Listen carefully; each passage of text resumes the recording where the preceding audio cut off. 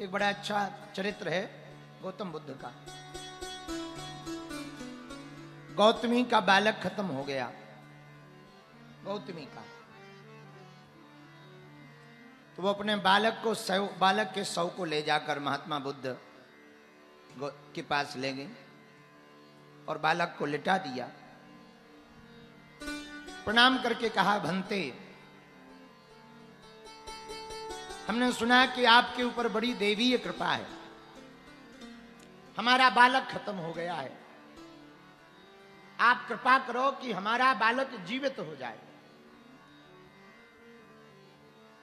और आपके पास तो सिद्धियां हैं, सदैव ध्यान अवस्था में रहे, निर्वाण की प्राप्ति आपको जीते जी हो गई, वो बुद्धत्व को भी आप पा गए।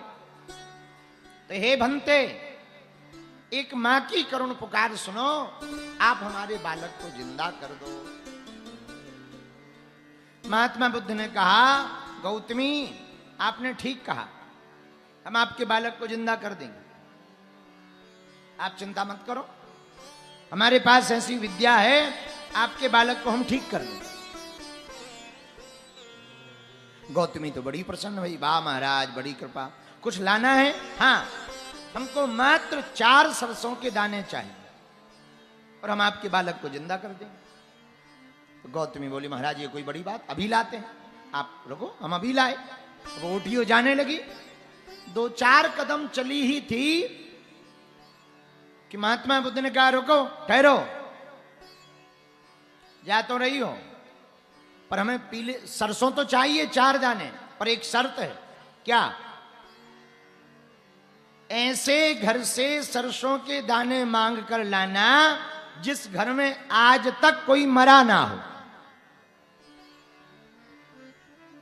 बस इतना काम करो, उस घर से सरसों के दाने लाओ जिस घर में आज तक कोई मरा ना हो, तो हम आपके बालक को जिंदा कर देंगे।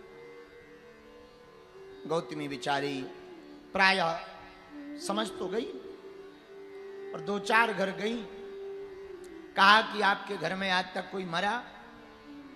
भला ऐसा कौन सा घर होगा जहां कोई मरा ना हो, सबके घर में मरा है। 2-4 घरों के बाद जब पूर्णतया बोध हो गया तो गौतमी वापस आकर के महात्मा बुद्ध के चरणों में गिर गई। हे भंते, आपने हमें ठीक ज्ञान दे दिया, वरना पुत्र के शोक में हम भी जीते जी मर जाते।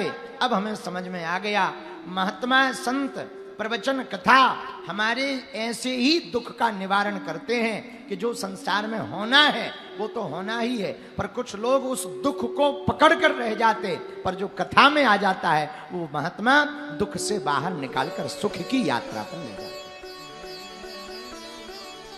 तो कथा मना स्थिति को बदल देती। गौतमी की मना स्थिति बदली, कल्याण हो गया। तो कल तक जो पुत्र के दुख में दुखी थी गौतमी,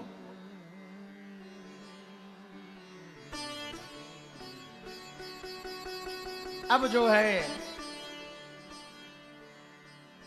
महात्मा बुद्ध की कृपा हुई तो शाश्वत सत्य समझ आ गया कि इस संसार में सबको मरना, और ये बात सही है। इस संसार में कुछ भी स्थिर नहीं, सब अस्थिर है।